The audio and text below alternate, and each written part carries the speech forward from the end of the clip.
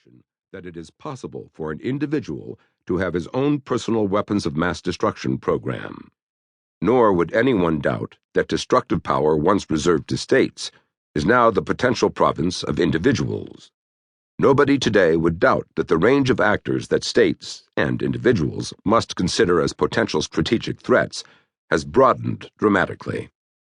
To demonstrate this, let us change one fact in the already terrifying case of Luis Mijangos, an illegal immigrant in Orange County, California, who in 2011 pleaded guilty to computer hacking and wiretapping and was sentenced to 6 years in prison.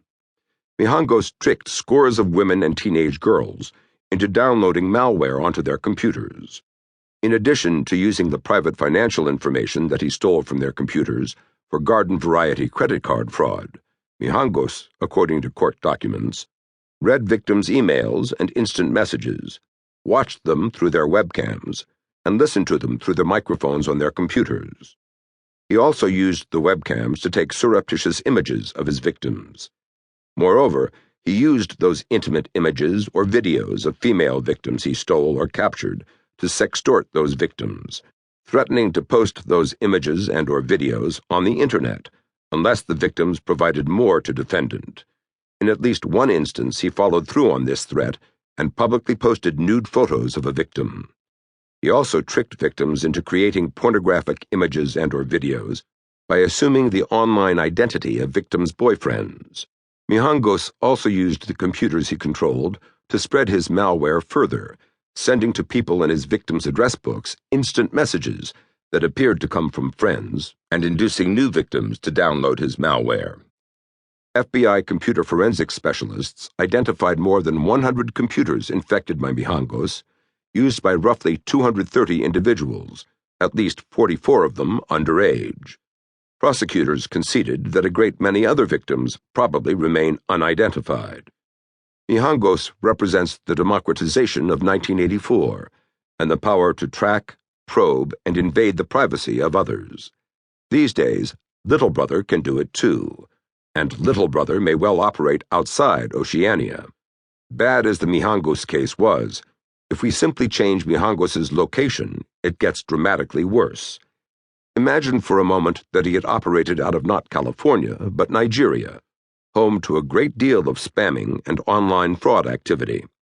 In the real story, Mijangos could ultimately be stopped because FBI agents were able to visit his house, interview him, seize his computers, and mine their contents, and ultimately because they had jurisdiction to arrest him. A great many countries in the world, however, have neither the will nor the means to monitor cybercrime, prosecute offenders, or extradite suspects to the United States. Had Mijangos been in one of these countries, his case would totally illustrate not merely the extreme vulnerability of individuals in a modern networked world, but also the impunity with which we can be attacked from just about anywhere on the planet and by just about anyone. Ironically, while we tend to think of government investigative powers in the networked world as Big Brother, like threats to our privacy, the Mijangos tale also suggests how important the role of government authority can be in protecting values such as privacy in a world where lots of little brothers menace us from both within and outside the states in which we live. Now, more futuristically, let us change one fact about the famous assassination of Alexander Litvinenko, a former officer of the Russian Federal Security Service, successor to the KGB.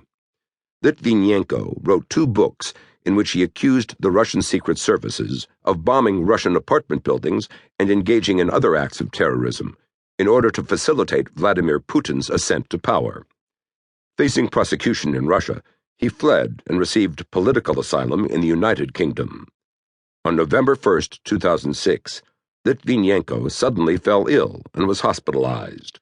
He died 3 weeks later. When the cause of death was confirmed to be polonium-210 poisoning, one doctor wrote in a medical journal that, for the medical community, Litvinenko's murder represents an ominous landmark, the beginning of an era of nuclear terrorism. Following the trail of polonium in and out of London, British officials identified as their main suspect a former officer of the Russian Federal Protective Service, Andrei Lugovoy, but failed to get him extradited from Russia. Lugovoy